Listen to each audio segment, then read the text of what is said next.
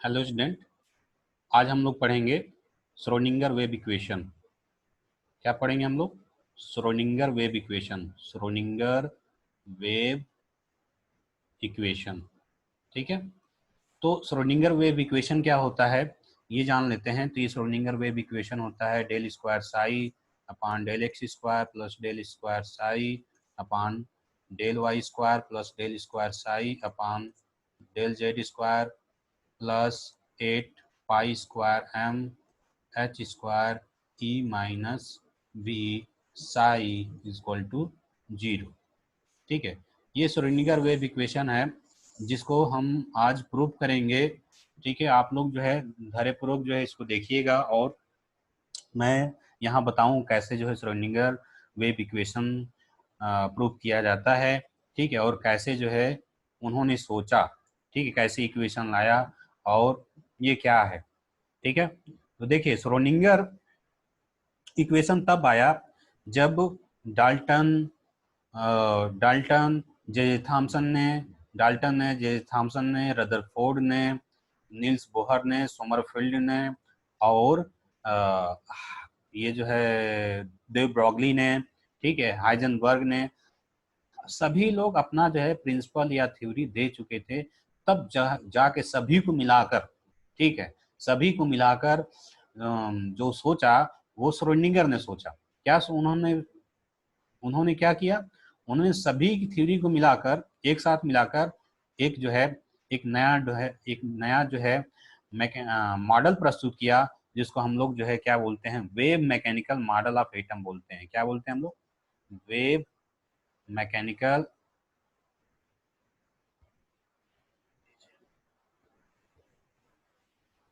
Wave mechanical wave mechanical model of atom बोला जाता है। ठीक है, wave mechanical model of atom बोला जाता है। ठीक है, wave mechanical model of atom में क्या पढ़ना है हम लोगों को और ये क्या है? तो श्रोडिंगर ने ये माना कि जो एटम के अंदर न्यूक्लियस है, वो क्या कर रहा है? देखिए न्यूक्लियस है, उसके पास कैसा चार्ज है? पॉजिटिव चार्ज है। तो पॉजिटिव चार्ज होगा तो क्या होगा? वो इलेक्ट्रिक फील्ड क्रिएट करेगा अपने आसपास। ठीक है, आप लोग जानते हैं कि कोई भी चार्ज होता है तो क्या करता है? इलेक्ट्रिक फील्ड क्रिएट करता है अपने आसपास। ठीक है, तो श्रोडिंगर ने माना कि जो न्यूक्लियस में चार्ज है वो क्या करता है, उसके कारण से इलेक्ट्रिक फील्ड क्रिएट हुआ है या क्रिएट हुआ होगा एटम के अंदर। ठीक है, और उस इलेक्ट्रिक फील्ड में क्या करता है, इलेक्ट्रॉन होता है वो क्या करता है, चक्कर लगाता है। इलेक्ट्रॉन क्या करता है? चक्कर लगाता है। तो अगर नील्स बोर के हिसाब से सोचेंगे तो ये सर्कुलर पाथ पर चक्कर लगाएगा। ठीक है, अगर हम देव ब्रॉगली के हिसाब से सोचेंगे तो ये कैसा किस पाथ पर चक्कर लगाएगा? ये जो है सर्कुलर पाथ पर चक्कर लगाएगा, साथ में जो है स्टैंडिंग वेव के साथ चक्कर लगाएगा। ठीक है, मतलब वेव इस तरह से जो है जी ऐसे टेढ़ा, ठीक है, वेव की तरह चक्कर लगाएगा, वेव। ठीक है, वेव मोशन के साथ चक्कर लगाएगा। अब जो है देखिए इलेक्ट्रॉन चक्कर भी लगा रहा है और इसमें वेव मोशन भी हो रहा है।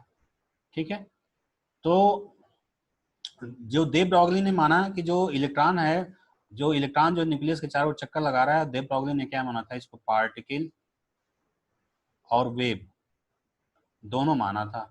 ठीक है, तो पार्टिकल और वेव दोनों मानेंगे। अगर पार्टिकल मानेंगे तो इसमें आ जाएगी एनर्जी। ठीक है, वेव मानेंगे, पार्टिकल मानेंगे तो इसमें एनर्जी का कंसेप्ट आ जाएगा। वेव मानेंगे तो इसमें तरंग, जो भी आप लोग तरंग के बारे में पढ़ते हैं उसका कंसेप्ट आ जाएगा।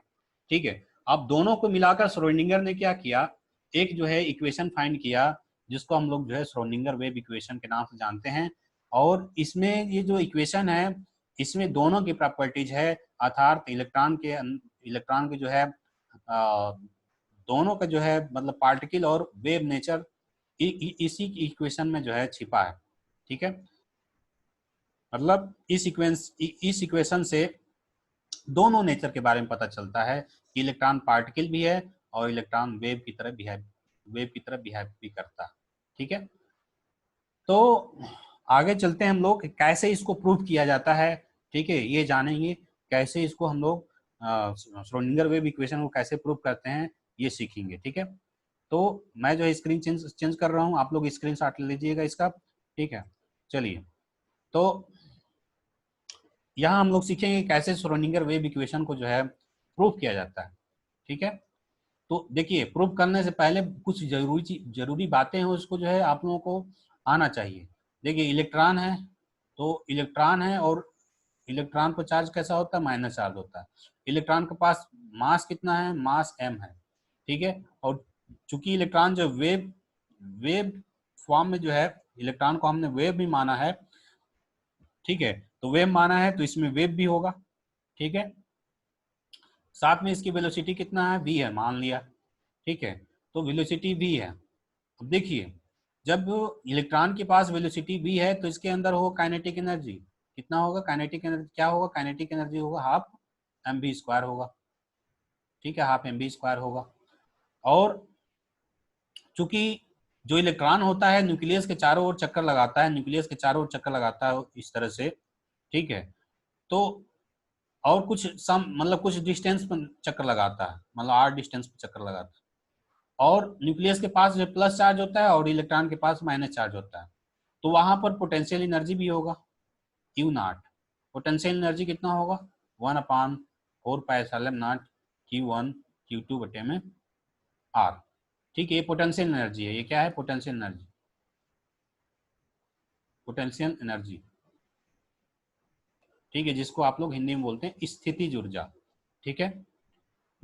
अब ये दो प्रकार की एनर्जी तो होगा ही होगा इलेक्ट्रॉन के अंदर, ठीक है, चाहे वेव फॉर्म में इलेक्ट्रॉन चक्कर लगाए या पार्टिकल फॉर्म में चक्कर लगाए, ये तो दोनों होगा ही होगा, ठीक है।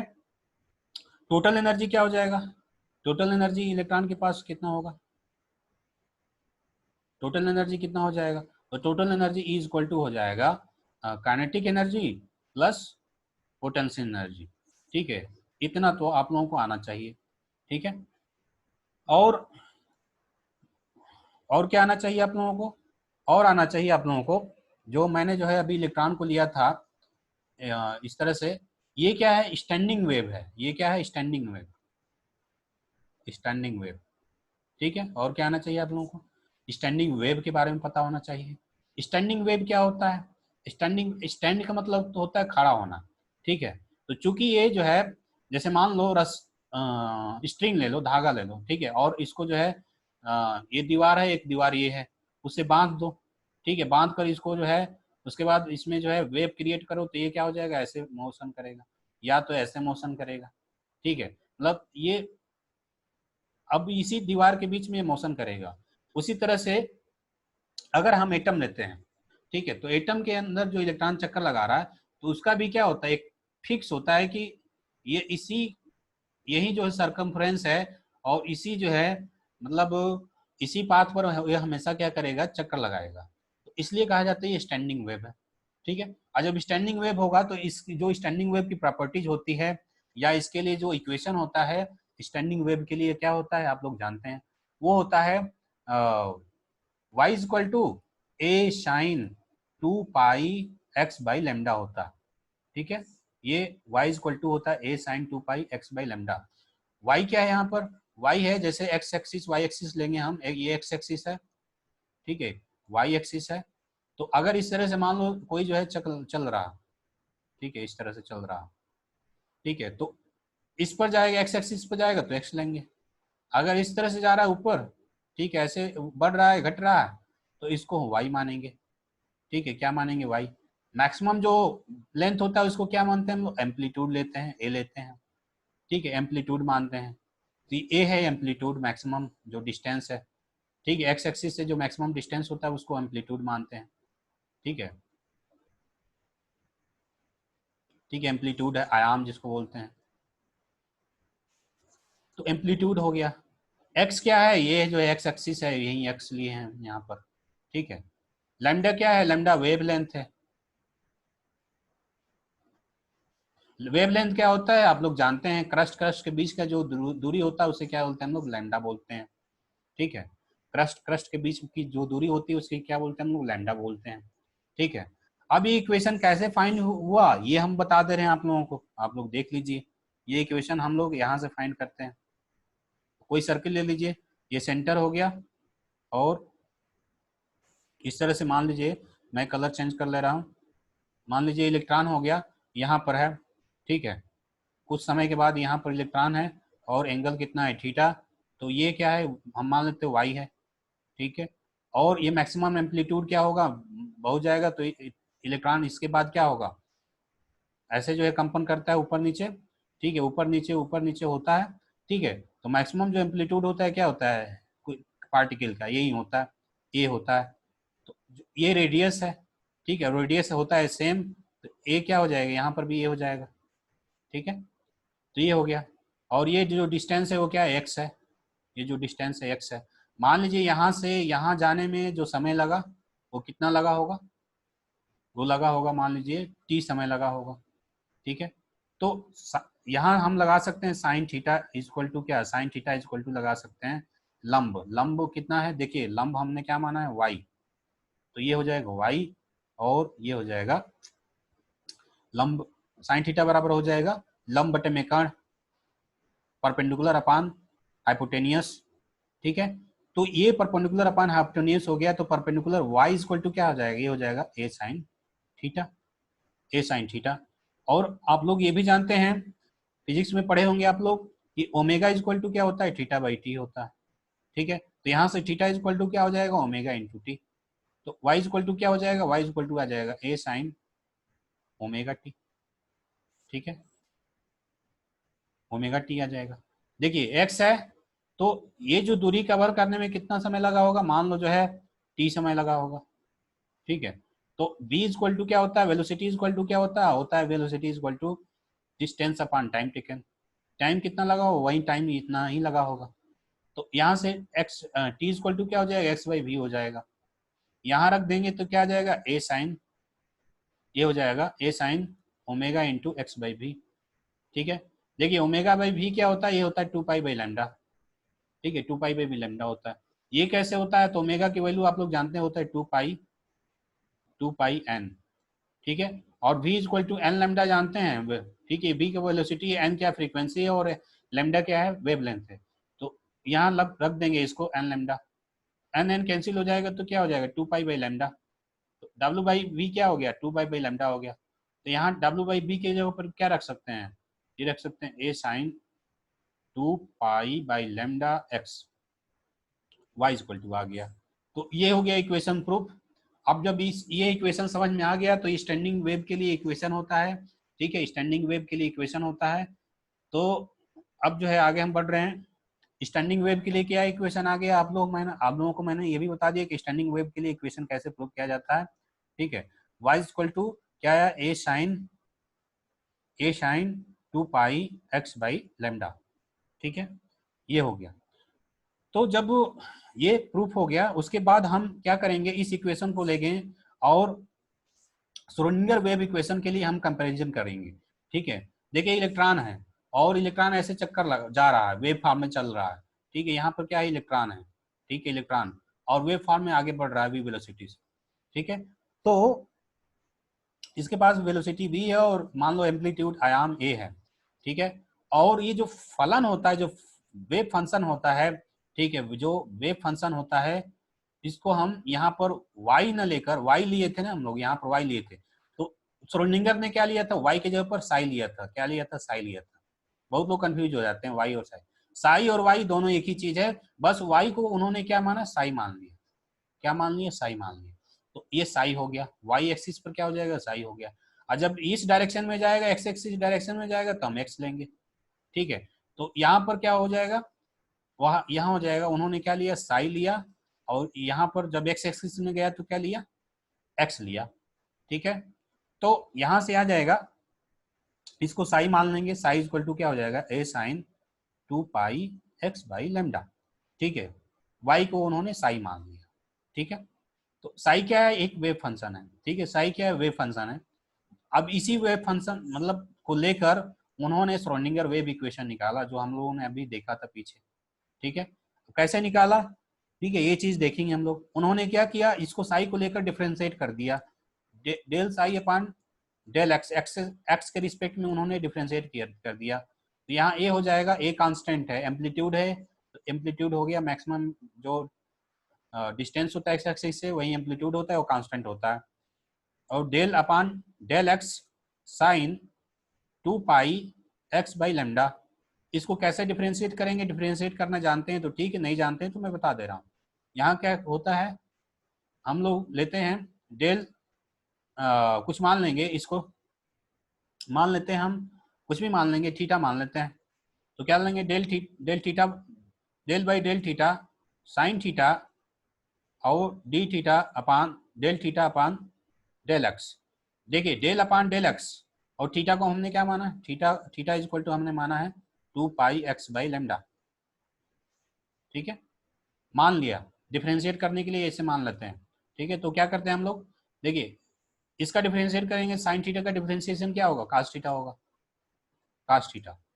और del by del X, theta की वैल्यू रखेंगे 2 पाई एक्स बाई लेमडा।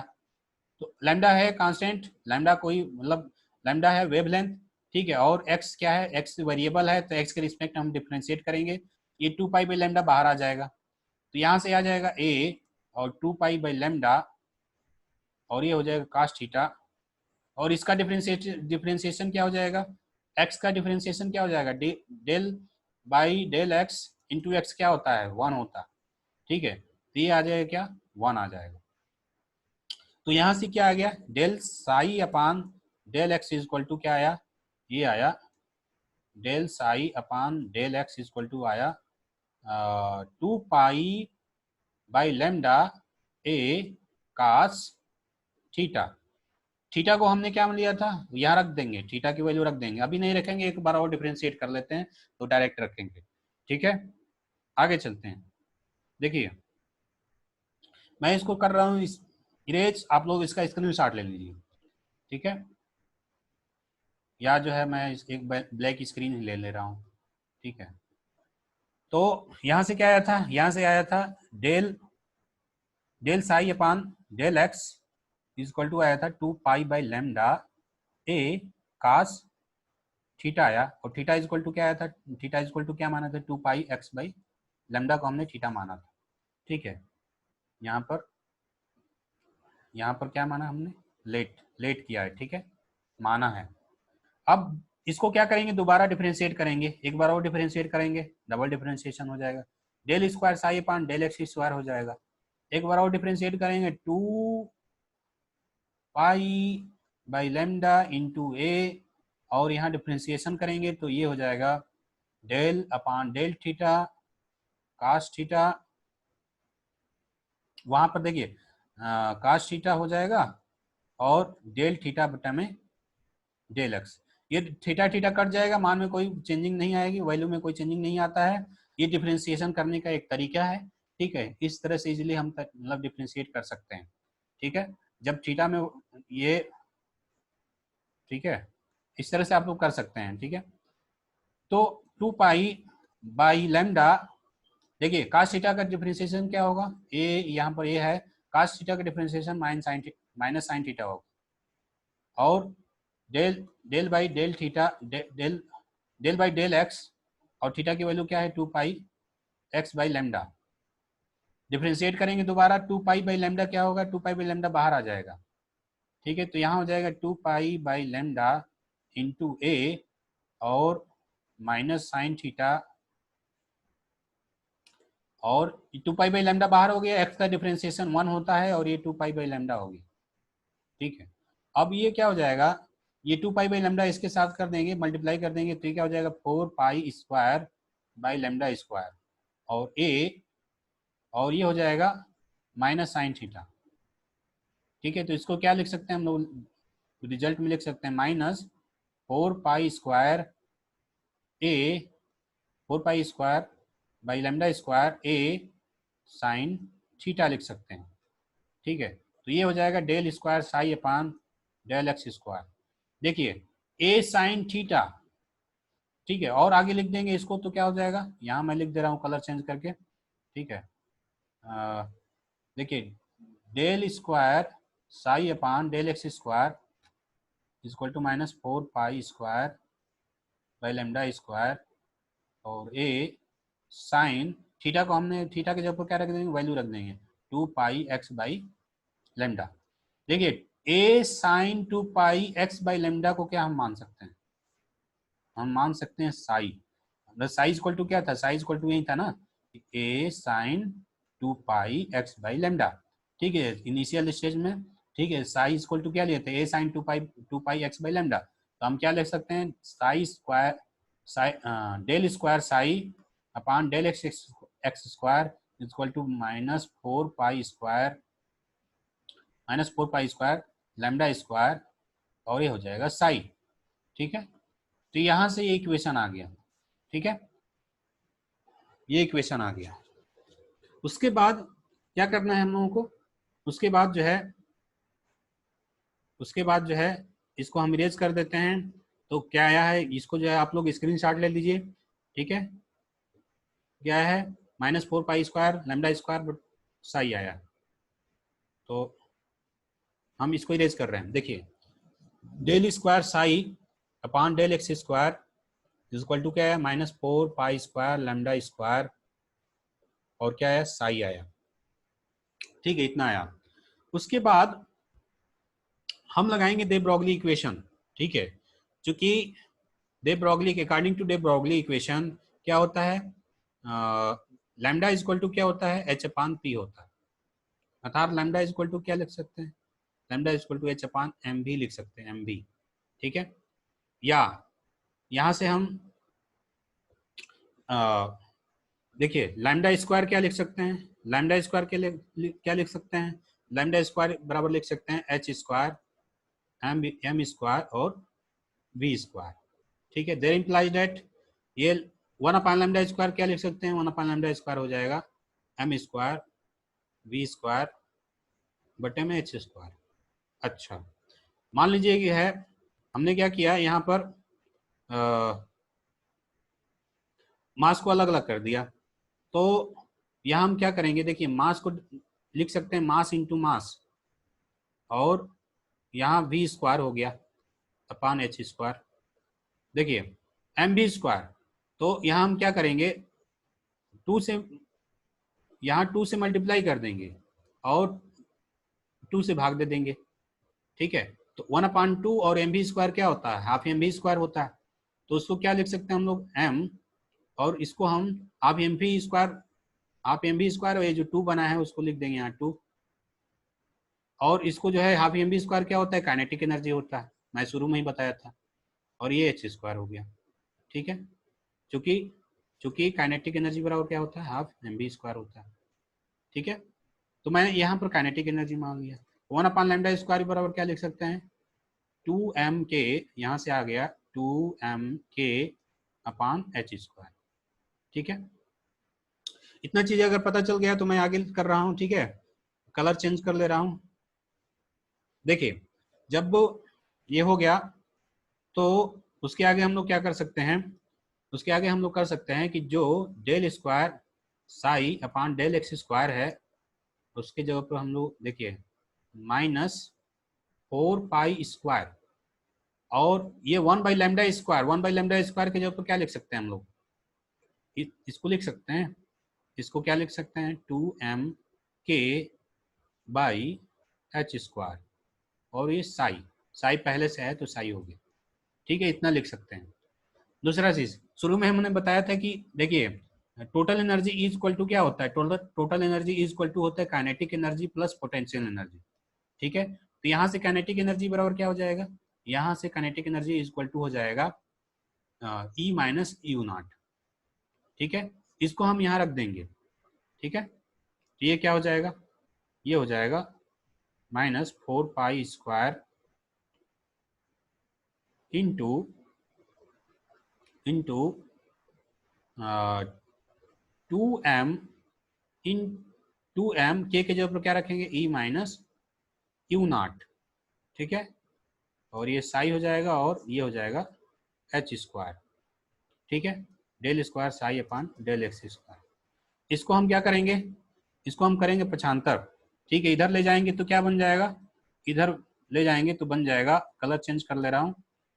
देखिए इधर इसको जो है लेफ्ट हैंड साइड में ले जाएंगे तो क्या बन जाएगा, ये बन जाएगा del square psi upon del x square, और ये बन जाएगा, देखिए 2 से और 4 से मल्टीप्लाई कर देंगे, और ये माइनस है, जब इधर जाएगा तो ये हो जाएगा प्लस।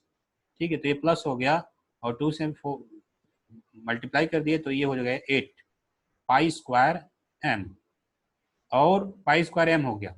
ठीक है, और e minus you not psi, और यहाँ लिख देंगे h square is equal to 0। सब इधर लेके चले गए, ये क्या हो जाएगा, इज इक्वल टू 0 हो जाएगा। ठीक है, तो इतना आ गया, इक्वेशन आ गया। सिमिलरली, ठीक है, सिमिलरली जब हम इसको वाई कोऑर्डिनेट में लेंगे, देखिए हमने एक्स माना था, एक्स के रिस्पेक्ट में हमने डिफरेंशिएट किया था, डेल बाई डेल एक्स किया था। ठीक है, वाई अगर हम लें, वाई अगर साइन वाई माने, ठीक है, साइन वाई मानकर उसका डिफरेंशिएट करें, ठीक है, तो वहां पर जो इक्वेशन आएगा वो क्या आ जाएगा, वो आएगा del square psi upon del Y square और plus 8 pi square M H square E minus you not A del psi equal to 0। उसी तरह से तीसरा इक्वेशन आएगा जेड के फॉर्म में। ठीक है, और तीनों इक्वेशन को मिला देंगे एक साथ, तीनों इक्वेशन को जोड़ देंगे, ये एक्स स्क्वायर आ गया, उसी तरह से वाई स्क्वायर होगा। ठीक है, उसी तरह से आएगा z square, del square psi upon del Z square plus 8 pi square M H square E minus you not psi psi equal to 0। Z square हो गया, और जब ये जेड स्क्वायर हो गया तो ठीक है, मैं जो है इसको इरेज कर रहा हूँ, और क्या हम लोगों को मिला, ये मिला del square psi upon del x square plus 8 pi square M H square E minus you not psi equal to 0। ठीक है, ये मिला। और जब वाई एक्सिस के सिमिलरली वाई एक्सिस के रिस्पेक्ट में डिफरेंशिएट करेंगे तो del square psi upon del Y square plus 8 pi square M H square E minus you not psi equal to 0। उसी तरह से del square psi upon del square Z square, ठीक है, plus 8 pi square M H square E और U not psi equal to 0। अब 1 2 और 3 तीनों को मिलाएंगे तो हमको रिजल्टेंट में क्या मिलेगा, हमको रिजल्ट मिलेगा del square psi del x square del square psi del Y square del square psi del Z square plus 8 pi square M H square E minus you not psi equal to 0। ठीक है, ये हमको ये मिल जाता है, ये है Schrodinger wave equation. ये क्या है, श्रोडिंगर वेव इक्वेशन। ठीक है, इसको क्या बोलते हैं हम लोग, श्रोडिंगर वेव इक्वेशन बोलते हैं। ठीक है, तो मुझे ऐसा है कि आप लोगों को समझ में आ गया होगा कि जो है कैसे इसको जो है प्रूव करते हैं। अब जो है इसका जो है श्रोडिंगर वेव इक्वेशन का एक दूसरा फॉर्म होता है जिसको हम लोग ऑपरेटर फॉर्म बोलते हैं। क्या बोलते हैं हम लोग, ऑपरेटर फॉर्म, ऑपरेटर फॉर्म। ठीक है, ऑपरेटर फॉर्म, ऑपरेटर फॉर्म क्या होता है मैं बताऊंगा आगे। ठीक है, ऑपरेटर फॉर्म क्या होता है, तो इसको मैं इरेज कर रहा हूँ, आप लोग स्क्रीनशॉट ले लीजिएगा इसका। ठीक है, ऑपरेटर फॉर्म क्या होता है, operator form of Schrodinger wave equation. ठीक है, Schrodinger wave equation, operator form of Schrodinger wave equation, ये क्या होता है। ठीक है, तो ये होता है एच साई, ठीक है, H vector psi equal to E psi होता है। ठीक है, यहाँ एच को हम लोग बोलते हैं हैमिल्टोनियन ऑपरेटर। एच को क्या बोलते हैं हम लोग, जो एच होता है उसको क्या बोलते हैं हम लोग, हैमिल्टोनियन,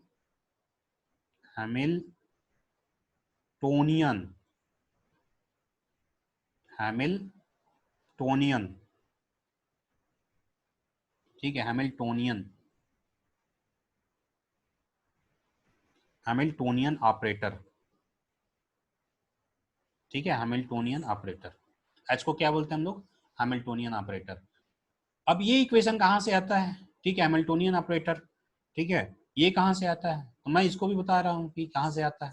देखिए इसको, देखिए जो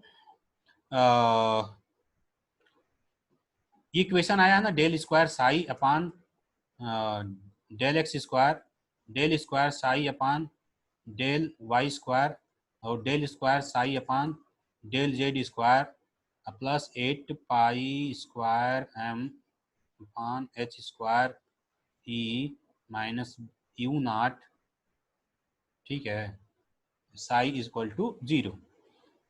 इसको हम डेल्टा मानेंगे।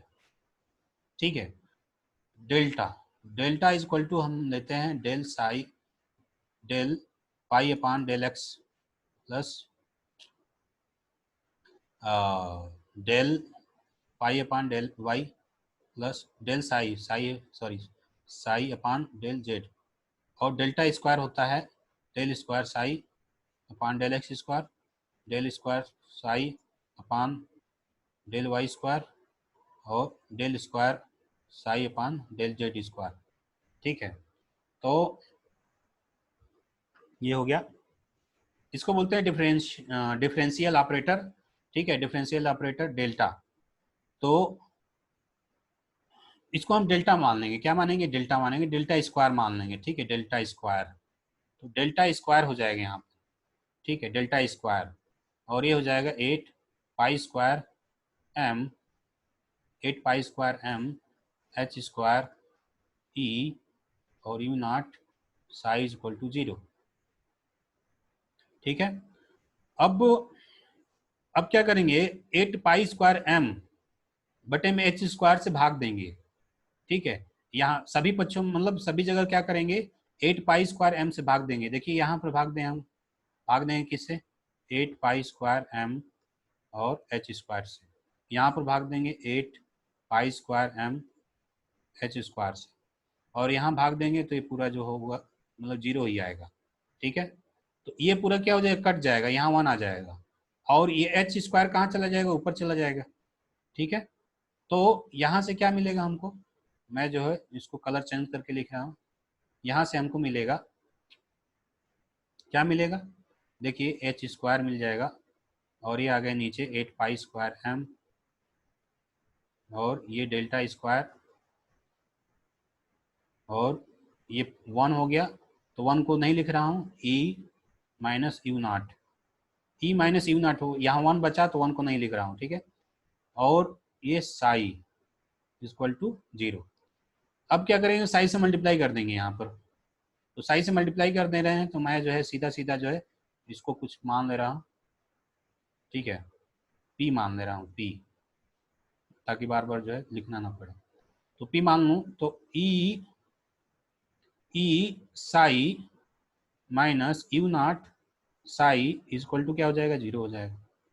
अब क्या करेंगे, हम जो है ई साई को एक साइड में रखेंगे, ई साइड को एक साइड में, और जो यू नॉट है, यू नॉट जो पोटेंशियल एनर्जी का जो ऑपरेटर है, ठीक है, और ये वाला मतलब जैसे इसको 1 मान लें, अगर 2 मान लें, तो 1 और 2 को क्या करेंगे, 0 के साइड में ले जाएंगे, राइट हैंड साइड में ले जाएंगे।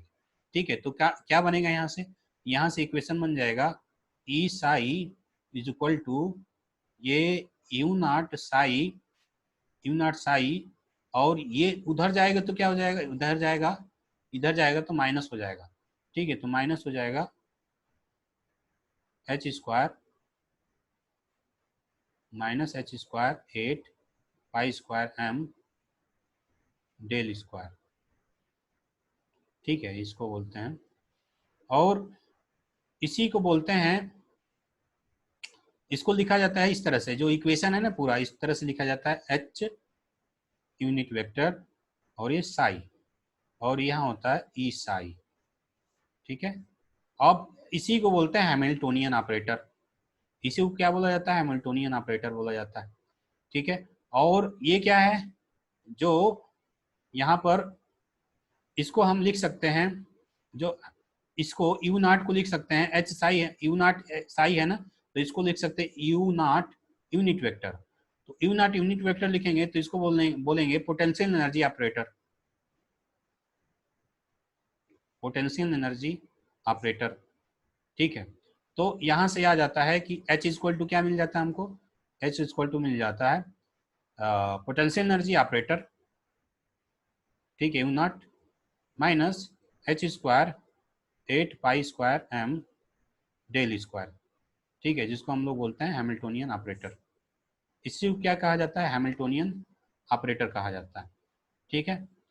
अब इस इक्वेशन को हम सॉल्व करते हैं तो हमको क्या मिलता है, चार प्रकार के क्वांटम संख्या मिलता है, जो चार प्रकार के क्वांटम नंबर होता है ना, ठीक है, एन, चार प्रकार के quantum number, principal quantum number l, sorry n, और एजमुथल क्वांटम नंबर एल, और मैग्नेटिक क्वांटम नंबर एम, और स्पिन क्वांटम नंबर एस, ठीक है। ये चार प्रकार के जो है एड्रेस मिलता है हम लोगों को, क्वांटम नंबर मिलता है, जिससे हम लोग इलेक्ट्रॉन का जो है इलेक्ट्रॉन को डिटेक्ट कर पाते हैं, या इलेक्ट्रॉन को जो है लोकेशन फाइंड करने के लिए जो चारों क्वांटम संख्या है यूज में आता है, या यूज में लाते हैं हम लोग, ठीक है। तो ये हो गया हैमिल्टोनियन ऑपरेटर और operator form of Schrodinger wave equation, ठीक है। तो मुझे ऐसा है कि आप लोगों को समझ में आ गया होगा, मैं आगे बढ़ रहा हूँ, ठीक है। अब देखिए श्रोडिंगर वेव इक्वेशन हम लोग कर रहे हैं, तो इसमें और चीजें मैं बता दे रहा हूँ, इसमें पूरा जो है इसको खत्म कर दे रहा हूँ, आप लोग ध्यानपूर्वक देखिएगा। जब सॉल्व करते हैं तो कैसे जो है हम लोगों को जो है एन की वैल्यू मिलता है, एल की वैल्यू मिलता है, और एम की वैल्यू मिलता है, एस की वैल्यू मिलता है, ये सब कैसे मिलता है मैं बता दे रहा हूँ इसी क्वेश्चन में, ठीक है। तो मैं जो है कर रहा हूँ स्क्रीन चेंज, ठीक है, आप लोग स्क्रीन शॉट ले लीजिएगा इसका, ठीक है, मैं इसको इरेज कर रहा हूँ, ठीक है। तो बात चल रही थी हैमिल्टोनियन ऑपरेटर की, ठीक है। और जो श्रोडिंगर वेव इक्वेशन होता है del square psi upon del x square plus del square psi upon del Y square plus del square psi upon del Z square plus 8 pi square M H square E minus q not psi equal to 0, ठीक है। अब इसी का एक ये Cartesian जो form है, Cartesian form है, और एक होता है पोलर कोऑर्डिनेट, ठीक है। मतलब पोलर कोऑर्डिनेट में क्या होता है, पोलर कोऑर्डिनेट में यहाँ पर जो है मतलब जो इलेक्ट्रॉन का जो लोकेशन होता है वहाँ पर आर थीटा और फाई के रूप में लिया जाता है, ये इसको बोलते हैं पोलर कोऑर्डिनेट, इस फॉर्म में लिया जाता है वहाँ पर, ठीक है, साइन थीटा कास थीटा के फॉर्म में लिया जाता है, ठीक है। साइन थीटा कास थीटा के फॉर्म में लिया जाता है, तो वहाँ पर जो इक्वेशन, यही जो इक्वेशन आता है उसका जो रूप अलग होता है, ठीक है। तो मैं जो है उस इक्वेशन को सॉल्व नहीं करा रहा हूँ, सीधा सीधा लिख दे रहा हूँ, ठीक है। तो आप लोग जो है उसको देख लीजिएगा, ठीक है। तो क्या होता है वेव इक्वेशन, ठीक है, इसी के सिमिलर, मतलब इसी के सिमिलर जो एक इक्वेशन होता है, ठीक है, वेव इक्वेशन, वो होता है, ये होता है साई एन एल एम, ठीक है, आर थीटा और ये phi is equal to r n l r, और एक और होता है इसमें, मान लेते हैं कुछ, मान लेते हैं एक्स वाई जेड, पी मान लेते हैं, पी, पी थीटा होता है, और एक और होता है फलन, फाई का फलन होता है, उसको पी माने हैं तो उसको क्यू मान ले रहे हैं, क्यू फाई होता है, ठीक है। तो जो ये वाला जो पार्ट होता है, ठीक है, इसको हम कलर चेंज कर ले रहे हैं एक बार, ये जो पार्ट होता है इसको क्या बोलते हैं हम लोग, रेडियल पार्ट, इसको क्या बोलते हैं हम लोग, रेडियल पार्ट बोलते हैं, ठीक है। और ये जो पार्ट होता है ये क्या होता है, एंगुलर पार्ट होता है, एंगुलर पार्ट इसको बोलते हैं, ठीक है। और ये वेव फलन इसी का जो है दूसरा रूप है, ठीक है। देखिए जब रेडियल पार्ट इसको सॉल्व करेंगे तो हमको क्या मिलता है, दो क्वांटम संख्या मिलता है, एन और एल मिलता है, ठीक है। एस बाद में देखेंगे, ठीक है, एस नहीं मिल रहा है इसमें, ठीक है, एस देखेंगे कैसे एस मिलता है, ठीक है, उसको अगले जो है वीडियो लेक्चर में, या जो है अगले लेक्चर में हम बताएंगे, ठीक है, दूसरा वीडियो डालेंगे तो उसमें देख लीजिएगा, ठीक है। तो यहाँ n और n मिलता है, ठीक है। जब ये वाला फलन हम सॉल्व करते हैं, फलन है जैसे y बराबर आप लोग जानते हैं y बराबर mx प्लस c होता है ना, जो लाइन का इक्वेशन होता है, तो ये फलन है, एक प्रकार का फलन है। उसी तरह से एक Y square equal to 4ax होता है, जैसे पैराबोला का होता है, ठीक है। तो ये भी क्या है, एक फलन है। उसी तरह से एक ये भी क्या है, आर एन एल, ठीक है। ये आर के रूप में ये क्या है, फलन है, ठीक है, आर के रूप में ये फलन है। और ये जो रेडियल पार्ट, जो एंगुलर पार्ट है, ये थीटा और फाई के रूप में फलन है, ठीक है। जब हम इसको सॉल्व करेंगे, रेडियल पार्ट वाला को सॉल्व करेंगे, तो हमको क्या मिलेगा, एन और एल मिलेगा, ठीक है।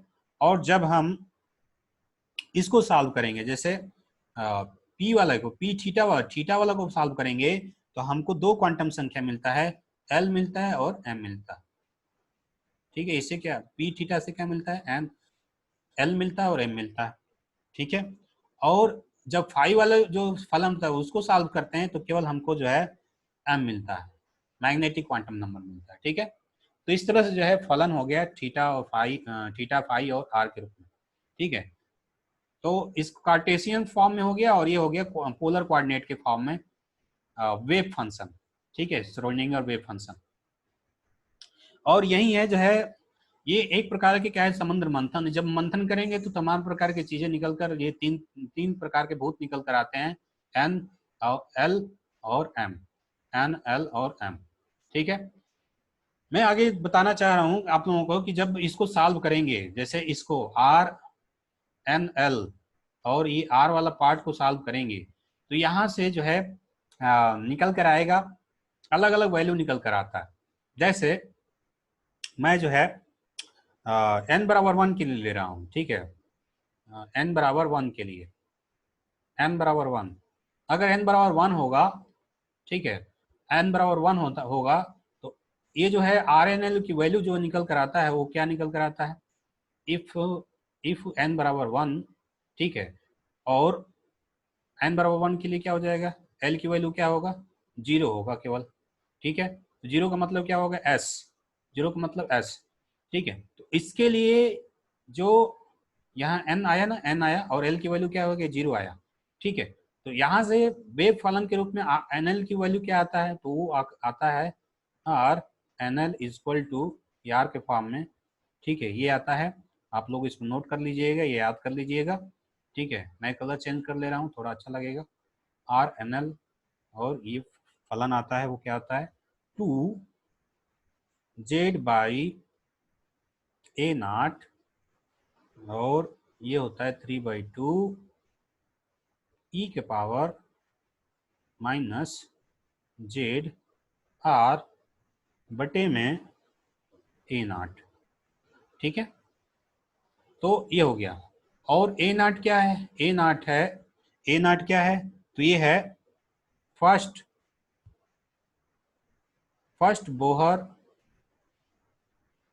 बोहर ऑर्बिट रेडियस, ठीक है। मतलब जो फर्स्ट बोहर ऑर्बिट होता है उसका क्या होता है, ये रेडियस है, ठीक है, ए नॉट, ठीक है। ये इक्वेशन आ गया, ठीक है। और ये इक्वेशन आ गया, जब इक्वेशन को हम सॉल्व करेंगे, ठीक है, किसी भी जो है एटम के लिए जब सॉल्व करेंगे तो हमको ग्राफ मिलेगा, ठीक है। मैं जो है सॉल्व करके बताना चाहूँगा, मैं जो है एक जो है आप लोगों को दिखा दे रहा हूँ, एक दो वैसे ही दिखा दे रहा हूँ, एन बराबर 2 के लिए दिखाऊंगा कि उसके लिए क्या आता है, ठीक है। तो वहां से आप लोग जो है समझ पाएंगे कि कैसे जो है एन और एल की वैल्यू कैसे निकलता है और उसका ग्राफ कैसे होता है, ठीक है। ग्राफ से भी इक्वेशन, मतलब IIT JEE में क्वेश्चन आता है, ठीक है, सीधे सीधे पूछ देता है, नोड पूछ देता है, एंगुलर नोड पूछ देता है, रेडियल नोड पूछ देता है, ठीक है। तो उसको हम लोग जानेंगे क्या होता है, नोड क्या होता है, एंगुलर नोड क्या होता है, रेडियल नोड क्या होता है। जब इसको हम समझेंगे तभी समझ में आएगा कि रेडियल नोड क्या होता है, एंगुलर नोड क्या होता है, ठीक है। और ये सब चीजें कहाँ से निकल कर आया, श्रोडिंगर वेव इक्वेशन से निकल कर आया, ठीक है। तो मैं जो है इसको इरेज कर रहा हूँ, आप लोग जो है इसका स्क्रीनशॉट ले लीजिए, मैं इसको इरेज कर रहा हूँ, ठीक है। तो n बराबर, अगर n बराबर 1 है तो l की वैल्यू क्या होगी, 0 होगा, ठीक है। तो r n l equal to क्या आया, r n l equal to जो रेडियल पार्ट का जो इक्वेशन आया रेडियल वेव फंक्शन आया, रेडियल वेव फंक्शन जिसको बोलते हैं, ठीक है, वो क्या आया, वो आया था 2z/a0 और ये 3/2e⁻⁻z/r/a0। ठीक है, ये कहाँ से आता है, श्रोडिंगर वेव इक्वेशन से आता है। ठीक है, इसको प्रूफ नहीं करना है कहाँ से आता है, जब हम श्रोडिंगर वेव इक्वेशन को सॉल्व करते हैं वहां से मिलता है आइगन वैल्यू। ठीक है, तो वहीं से ये निकल कर आता है। ठीक है, इसको हम शॉर्ट फॉर्म में लिखेंगे, तब आप लोगों को समझ में आएगा कि कैसे जो है ग्राफ होता है और कैसे हम ग्राफ फाइंड करते हैं, कैसे नोड और जो है कैसे नोड, रेडियल नोड और एंगुलर नोड कैसे फाइंड करते हैं। ठीक है, तो इसको हम शॉर्ट फॉर्म में करेंगे। ठीक है,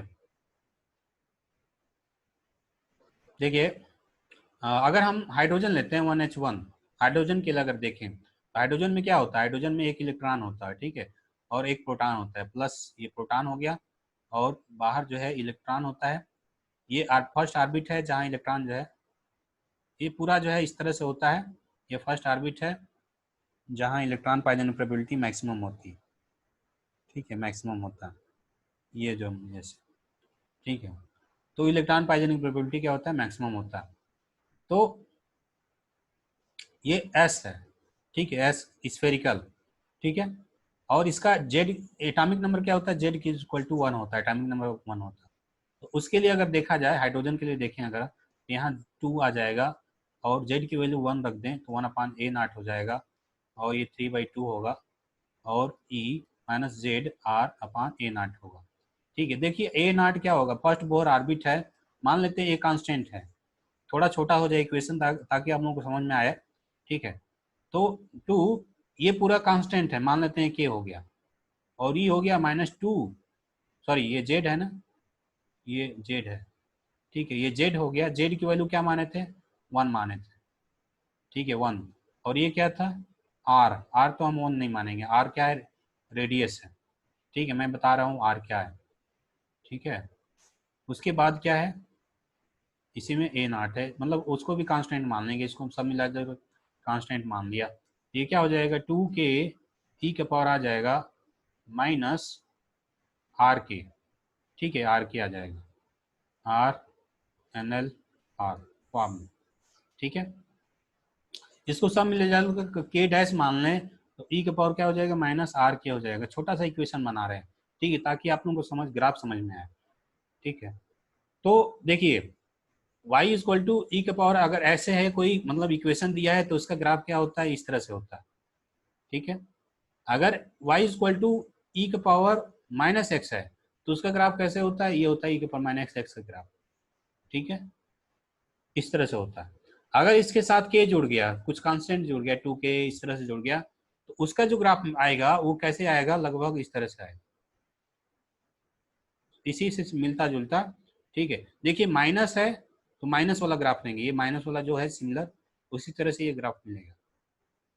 ठीक है, और यहाँ पर जो लेते हैं वो आर लेते हैं, आर क्या है, रेडियस है, आर क्या है, रेडियस। ठीक है, रेडियस। और ये इस पर जो ले रहे हैं वो क्या है, वो है आर। ठीक है, कैपिटल आर। ठीक है, ये कैपिटल आर है, रेडियल वेव फंक्शन है। ठीक है, रेडियल वेव फंक्शन ये दिया। ठीक है, तो इस तरह से एक ग्राफ मिलता है, इसको हम यहाँ पर बना दें, अगर अलग से बना रहे हैं तो इस तरह से हमको जो है 1s के लिए, अगर 1s के लिए देख, 1s के लिए ये ग्राफ मिलता है। ठीक है, ये 1s के लिए ग्राफ हो गया। ठीक है, ये r है, रेडियस है, और ये है कैपिटल आर। ठीक है, अब देखिए यहाँ से क्या कंक्लूजन निकलता है, ये कंक्लूजन ये निकलता है कि देखिए रेडियस बढ़ेगा, अगर रेडियस बढ़ेगा तो क्या होगा, रेडियस बढ़ेगा, जैसे रेडियस बढ़ता है, जैसे न्यूक्लियस से दूर जाते हैं इलेक्ट्रॉन पाए जाने की प्रोबेबिलिटी क्या होता है, 0 होता है।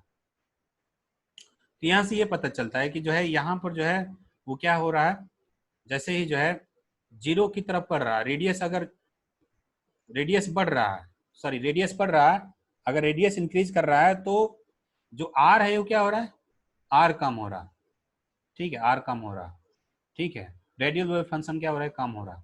ठीक है, तो यहाँ से मतलब ये देखा जाता है, अगर ये मतलब फाइंड करें हम लोग, तो हमको ये इक्वेशन में मतलब हमको ये ग्राफ मिलता है। ठीक है, ये 1s के लिए ग्राफ हो गया, वो 1s के लिए ग्राफ हो गया। ठीक है, क्या हो गया, 1s के लिए ग्राफ हो गया। उसी तरह 2s के लिए ग्राफ आता है, 2s के लिए।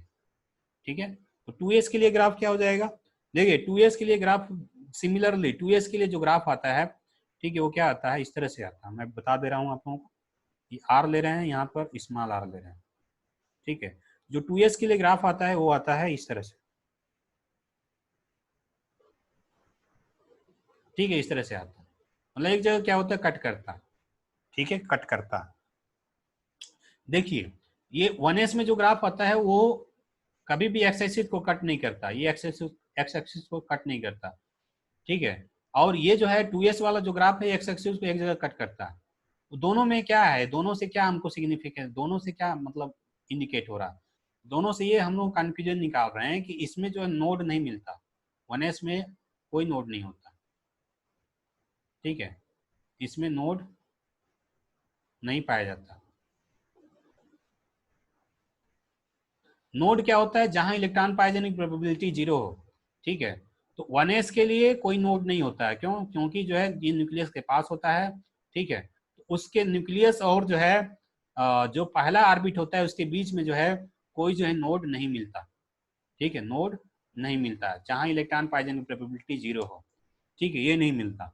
ठीक है, तो 1s के लिए क्या होता है, 1s के लिए जो नोड होता है वो 0 होता है, मतलब नोड नहीं मिलता।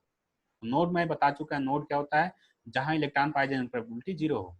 2s के लिए एक नोड मिलता है, 2s के लिए क्या होता है, एक नोड मिलता है। ठीक है, 2s के लिए क्या होता है, एक नोड मिलता है। तो 2s के लिए नोड मिलता है, तो कितना नोड मिलता है, एक नोड मिलता है। जो नोड होगा, नोड की संख्या होगा, कितना होगा, एक होगा। ठीक है, और एक होने का मतलब क्या है, यहाँ अगर हम एटम एटम पर समझे तो यहाँ पर 2s के लिए हो जाएगा, ये दूसरा जो है 2s है, ये 2s के लिए है। तो 1s और 2s के बीच में एक क्षेत्र पाया जाता है। ठीक है, एक वॉल्यूम पाया जाता है, एक क्षेत्र होता है जहां इलेक्ट्रॉन पाए जाने की प्रोबेबिलिटी क्या होता है, 0 होता है। ठीक है, जैसे मैं यहाँ पर अलग से दिखा रहा हूँ, यहाँ प्लस हो गया और ये हो गया, ये पहला ऑर्बिट हो गया। ठीक है, और ये दूसरा ऑर्बिट हो गया, ये दूसरा ऑर्बिट हो गया। तो ये है नोड। ठीक है, ये जो है, जो मैं इसका कलर चेंज कर रहा हूँ, कलर मैं जो है कर दे रहा हूँ, नोड का जो कलर है मैं पीला कर दे रहा हूँ, नोड का जो कलर है पीला कर दे रहा हूँ, ये नोड है। ठीक है, ये क्या है, नोड है जहाँ इलेक्ट्रॉन पाए जाने की प्रोबेबिलिटी क्या है, 0 है। ठीक है, ये नोड है। ठीक है, ये नोड है जहाँ इलेक्ट्रॉन पाए जाने की प्रोबेबिलिटी 0 है। ठीक है, तो इसलिए इस तरह से 2s के लिए एक नोड मिलता है।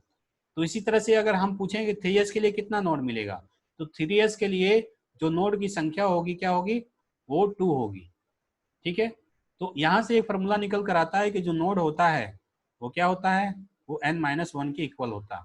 ठीक है, जो नोड होता है वो कितना होता है, n-1 के इक्वल होता है। अगर s के लिए, ठीक है, s के लिए, s के लिए अगर नोड हम s के लिए नोड की बात करें, s एस सब एस ऑर्बिटल की नो एस सब सेल के लिए अगर हम बात करेंगे, ठीक है, तो उसके लिए नोड की संख्या होता है क्या होता है, n-1 के इक्वल होता है। इंपॉर्टेंट है, इसको नोट कर लीजिए। ठीक है, n-1 के इक्वल होता है। ठीक है, अगर हम कहें 4s के लिए बताइए नोड की संख्या कितनी होगी, तो 4s के लिए क्या बोलेंगे आप लोग, नोड की संख्या जो होगी वो होगी 4-1, अर्थात 3 होगा। 3 नोड हो गए, अर्थात 3 क्षेत्र ऐसे पाए जाएंगे जहां इलेक्ट्रॉन पाए जाने की प्रोबेबिलिटी क्या होगा, 0 के इक्वल होगा। ठीक है, अच्छा जो इक्वेशन आया है देखिए, मैं इसको इरेज कर रहा हूँ, इसका स्क्रीनशॉट ले लीजिए। ठीक है, दूसरा बता दो, देखिए 2s के लिए क्या आया था, 2s के लिए जो ग्राफ आया था वो कितना क्या था, ये इस तरह से आया था। ठीक है, इसको बोलते हैं हम लोग नोड, क्या बोलते हैं हम लोग, नोड। ये 2s के लिए ग्राफ हो गया, ये कैपिटल आर है और ये स्मॉल आर है।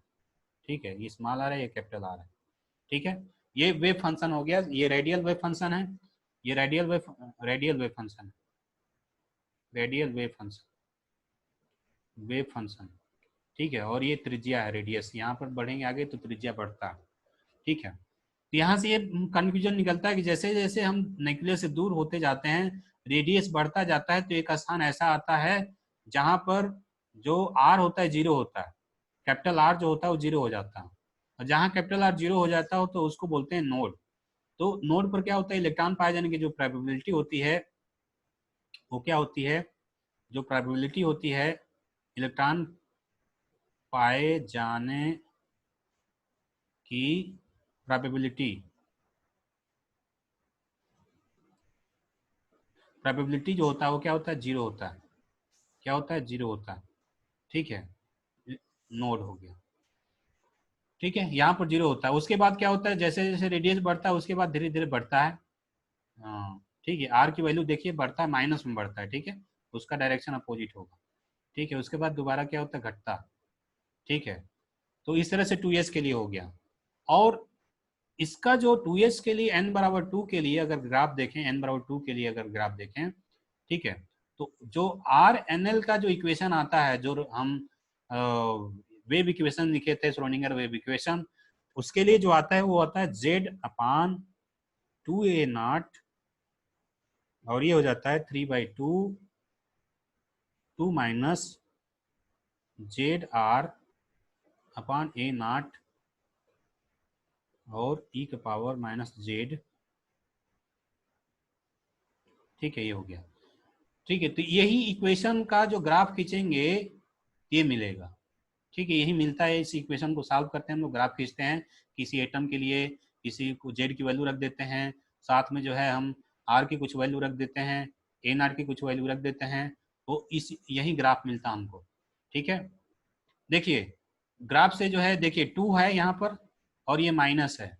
अगर हम यहाँ पर इसकी वैल्यू 2 हो जाए तो 2 माइनस 2 क्या हो जाएगा, 2 माइनस 2 हो जाएगा जीरो, और जैसे ही जीरो होगा तो पूरा हो जाएगा जीरो, और जैसे ही जीरो होगा तो इसी को बोलते हैं नोड। ठीक है, नोड कहाँ मिलता है, जहाँ पर 2 इज इक्वल टू हो जाता है जेड आर अपान a0। ठीक है, तो z 2 minus z r upon a0 is equal to क्या हो जाए, जीरो के इक्वल हो जाए, तो वहां पर क्या हो जाता है, नोड मिलता है। वो क्या मिलता है, नोड मिलता है। तो यहाँ से इसको सॉल्व करेंगे तो क्या मिलेगा हमको, यहाँ से मिलेगा z r upon a0 is equal to 2। ठीक है, तो r r r is equal to क्या मिलेगा, यहाँ से आर इज इक्वल टू मिलेगा, आर इज इक्वल टू मिलेगा यहाँ से 2a0 अपान जेड। ठीक है, ये मिलता है। ठीक है, अगर एग्जाम में आ जाता है कि आर इज इक्वल टू कितना होगा, किसके लिए, n बराबर 2 के लिए, जहां पर नोड क्या हो, नोड के लिए। ठीक है, नोड के लिए ये भी दे पूछे एग्जाम में देगा, नोड के लिए हमको फाइंड करना। ठीक है, तो उसके लिए मतलब उसके लिए आर की वैल्यू क्या होगा। ठीक है, नोड हमको प्राप्त हो उसके लिए आर की वैल्यू क्या होगा, आर की वैल्यू हो जाएगा 2a0 अपान जेड होगा, 2a0 अपान जेड जेड होगा। ठीक है, इतना होगा। उसके बाद ये हो गया 2s के लिए, तो हम लोगों ने ग्राफ देख लिया। ठीक है, उसी तरह से एक होता है 2p के लिए ग्राफ। ठीक है, 2p के लिए ग्राफ, उसके लिए मैं बना दे रहा हूँ।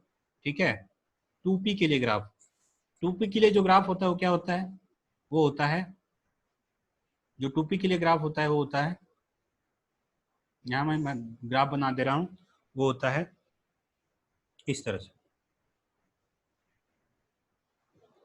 ठीक है, 2p के लिए जो ग्राफ होता है इस तरह से होता है, और यहाँ पर जो है आर लेते हैं और यहाँ पर क्या लेते हैं, रेडियस लेते हैं। ये क्या है, 2p के लिए। ठीक है, 2p के लिए, तो ये 2p के लिए हो गया। तो 2p किस में आता है, n बराबर जब 2 रहता है तो क्या होता है, 2p आता है। ठीक है, l की वैल्यू क्या होता है, 0 होता है एक, और 1 होता है। तो 0 होगा तो s होगा, और 1 होगा तो p होगा। तो यहाँ से जो है क्या आया, 2p आता है, 2p का कंसेप्ट आता है। ठीक है, और इसका हम लोग जानते हैं शेप कैसा होता है, डम्बल होता है। ठीक है, और यही क्या होता है, ये नोड है, ये क्या है, नोड है, जहाँ पे इलेक्ट्रॉन पाए जाने प्रोबेबिलिटी 0 होता है। ठीक है, अब देखिए अगर हम इसको बोलते हैं, हम लोग बोलते हैं एंगुलर नोड, क्या बोलते हैं हम लोग, एंगुलर नोड, इसको बोलते हैं एंगुलर नोड, एंगुलर नोड बोलते हैं। ठीक है, एंगुलर नोड बोलते हैं। ठीक है, तो 2p के लिए अगर हम देखा जाए, ग्राफ देखा जाए, उसका एनालिसिस किया जाए, तो हम लोग क्या पाएंगे कि जैसे जैसे रेडियस बढ़ता है तो आर की वैल्यू क्या होता है, कैपिटल आर की वैल्यू बढ़ता है। ठीक है, जैसे जैसे रेडियस बढ़ रहा है वैसे वैसे कैपिटल आर की वैल्यू बढ़ रहा है, एक स्थान पर जाकर जो है मैक्सिमम हो जा रहा है। ठीक है, उसके बाद दोबारा क्या हो रहा है, घटता जा रहा है। ठीक है, ये हमको कंक्लूजन मिल रहा है। ठीक है, और इसके लिए जो लोग इक्वेशन होता है वो क्या मिलता है, आर एन एल की जो इक्वेशन होता है वो क्या मिलता है, वो मिलता है 1/√3,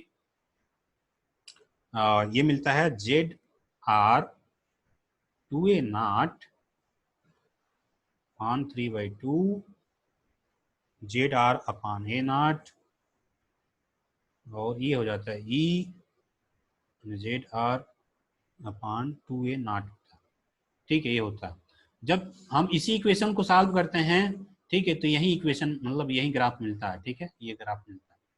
ठीक है, जब इसको शॉर्ट फॉर्म में करेंगे, छोटा सा इक्वेशन करेंगे इसको सब वैल्यू रखकर, तो ये वैल्यू रखकर जो है आर और कैपिटल आर में हम ग्राफ खींचेंगे तो यही ग्राफ मिलता है। ठीक है, तो यहाँ से ये कंक्लूजन निकलता है कि इसमें जो है ये एक्स एक्सिस को कट नहीं करता है, जो एक्स एक्सिस है इसको कहीं कट नहीं करता, इसको कहीं कट नहीं करता। तो यहाँ पर जो रेडियल नोड होता है, 2p के लिए जो रेडियल नोड होता है, रेडियल नोड, वो क्या होता है, जीरो होता है। वो क्या होता है, जीरो होता है। 2p के लिए रेडियल नोड होता है, जीरो होता है। क्यों? क्योंकि यहाँ जो है ये एक्स एक्सिस को कहीं कट नहीं कर रहा, तो रेडियल नोड क्या होता है, जीरो होता है। ठीक है, हाँ एंगुलर नोड होता है, एंगुलर नोड क्या होता है, एक होता है। ठीक है, एंगुलर नोड जो है एक होता है। तो ये हो गया। ठीक है, इसके लिए रेडियल नोड, जो 2p के लिए रेडियल नोड जो है जीरो होता है। ठीक है, तो यहाँ से आप लोगों को समझ में आ गया होगा कि रेडियल नोड क्या होता है। रेडियल नोड जो है वही जो बोलते हैं, मतलब जो जिसमें रेडियस हो, रेडियस के कारण अर्थात स्फेरिकल।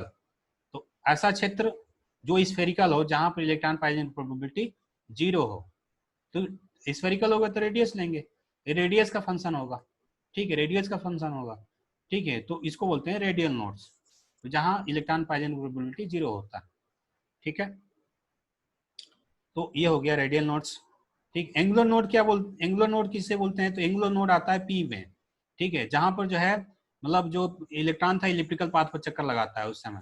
ठीक है, इलिप्टिकल पाथ पर चक्कर लगाता है, इस तरह से डम्बल शेप में जो है इस तरह से चक्कर लगाता है। ठीक है, जब इस तरह से चक्कर लगाता है तो एक स्थान ऐसा आता है जहाँ इलेक्ट्रॉन पाइजन प्रोबेबिलिटी जीरो होता है, तो इसको बोलते हैं एंगुलर नोड। ठीक है, इसको बोला जाता है एंगुलर नोड। ठीक है, तो यह एंगुलर नोड और रेडियल नोड्स। ठीक है, आगे हम इसी में जो है इक्वेशन, अगर हम ये क्वेश्चन पूछें तो बताइए, 2p के लिए तो देख लिए, 3p के लिए क्या हो जाएगा, 3p के लिए हम पूछ रहे हैं रेडियल नोड। रेडियल नोड्स क्या होगा, रेडियल नोड, तो 3p के लिए रेडियल नोड का फॉर्मूला जो होता है वो क्या होता है, n-l-1 होता है। ठीक है, तो इससे रेडियल नोड फाइंड कर सकते हैं। देखिए 3p के लिए क्या होगा, 3p के लिए अगर देखा जाए तो n की वैल्यू क्या है, यहाँ पर 3 होगा, और l की वैल्यू क्या होगा, l की वैल्यू 1 होगा p के लिए, क्योंकि 1 होता है। ठीक है, रख देंगे यहाँ पर, तो क्या हो जाएगा, n की वैल्यू क्या है, n की वैल्यू 3 है, l की वैल्यू क्या है, 1 है और 1 है, तो यहाँ 3 - 2 होगा, तो ये क्या आएगा, 1 आएगा। रेडियल नोड इक्वेशन को सॉल्व करने के बाद भी क्या आ रहा है, 1 आ रहा है। ठीक है, बताया था ना 3p के लिए क्या होता है, जो रेडियल नोड होता है वो एक आता है, रेडियल नोड क्या होता है, एक होता है।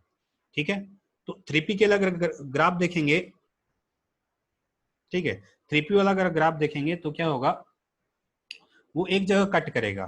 ठीक है, जैसे इसका जो 3p के लिए अगर ग्राफ खींचा जाए, तो चूंकि रेडियल नोड मिल रहा है, एक मिल रहा है, तो 3p वाला जो ग्राफ हम लोग फाइंड करेंगे तो उसमें एक जगह कट करेगा, कहीं ना कहीं कट करेगा, एक्स एक्सिस को कट करेगा। तो ये हो गया आर और ये हो गया आर। ठीक है, अगर इसमें हम ग्राफ खींच रहे हैं तो यहाँ जो मिलेगा वो ऐसे ग्राफ मिलेगा। ठीक है, ये किसके लिए है, 3p के लिए। ठीक है, ये किसके लिए है, 3p के लिए ग्राफ है। ठीक है, ये किसके लिए, 3p के लिए ग्राफ होंगे, और एक जगह कट कर रहा है, यही है क्या, रेडियल नोड, रेडियल नोड्स। ठीक है, अगर कोई जो है मान लो 4p आ जाए, ठीक है 4p, तो 4p के लिए क्या हो जाएगा, आप लोग बता सकते हैं 4p के लिए क्या होगा, 4p के लिए क्या होगा ग्राफ, मैं इसको इरेज कर रहा हूँ। ठीक है, मैंने क्या बताया है कि रेडियल जो नोड होता है, रेडियल नोड्स, वो क्या होता है रेडियल नोड, वो क्या होता है n-l-1 होता है। ठीक है, अगर हम 4p के लिए पूछें ग्राफ, ये 4p के लिए ग्राफ क्या होगा, ठीक है, तो आप लोग पहले क्या निकालेंगे, पहले निकालेंगे रेडियल नोड्स। ठीक है, तो 4p के लिए क्या हो जाएगा, देखिए 4p के लिए यहाँ n की वैल्यू क्या होगा 4 होगा। ठीक है, l की वैल्यू क्या होगा 1 होगा, यहाँ रख देंगे, सब रख देंगे तो क्या हो जाएगा, यहाँ आ जाएगा n की वैल्यू जो हो जाएगा 4, और यहाँ l की वैल्यू क्या हो जाएगा 1 और 1, तो यहाँ हो जाएगा 4 - 2 और यहाँ हो जाएगा 2। ठीक है, अर्थात एक्स एक्सिस को कितनी जगह कट करेगा, एक्स एक्सिस को 2 जगह कट करेगा। ठीक है, 2 पॉइंट्स पर कट करेगा। ठीक है, जो ग्राफ है जो ग्राफ है वो एक्स एक्सिस को कितनी जगह पे दो जगह कट करना चाहिए, तो हम ग्राफ खींचेंगे अगर, ठीक है, तो ग्राफ खींचेंगे तो क्या होगा, 0 से स्टार्ट होगा, ये होगा और एक जगह और कट करेगा। ठीक है, और इस तरह से जो है ऐसे जो है हो जाएगा। ठीक है, ये देखिए ये नोट्स है, ये रेडियल नोट्स है, ये रेडियल नोट। ठीक है, तो जो रेडियल नोट्स मिला कितना मिला, 2 मिला। ठीक है, 2 रेडियल नोट्स, तो ये 3, तो मुझे आशा है कि आप लोगों को समझ में आ गया होगा। देखिए रेडियल नोट्स, रेडियल नोट की बात कर रहे हैं, तो जो रेडियल नोट्स होता है, जो रेडियल नोट्स होता है वो क्या आया, देखिए 2p के लिए क्या आया 0 आया। ठीक है, 2p के लिए क्या आया 0 आया।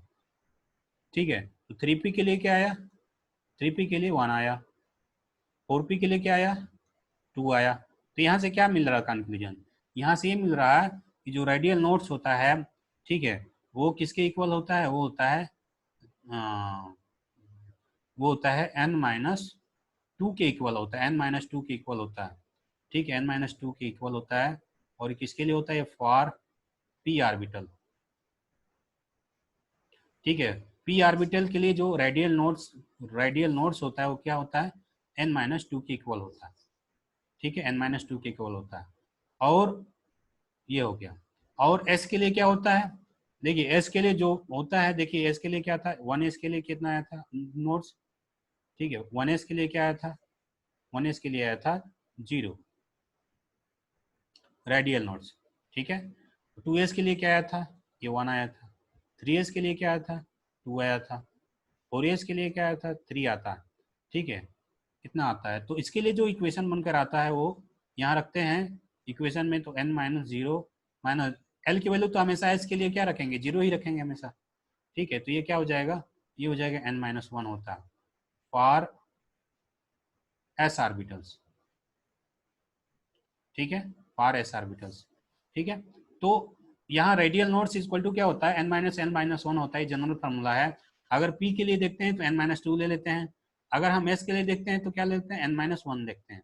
उसी तरह से आप लोग बता सकते हैं कि अगर हम d ले लें, ठीक है, जो रेडियल नोड होगा d ले लें, रेडियल नोड्स d के लिए क्या हो जाएगा, रेडियल नोड्स वो क्या होता है, n-l-1 होता है। ठीक है, अगर हम d लें, d आर्बिटल लें, ठीक है, डी आर्बिटल लें, तो डी आर्बिटल्स उसके लिए क्या होता है, एल की वैल्यू क्या होता है वहाँ पर, एल की वैल्यू होता है, एल की वैल्यू क्या होता है 2 होता है ना।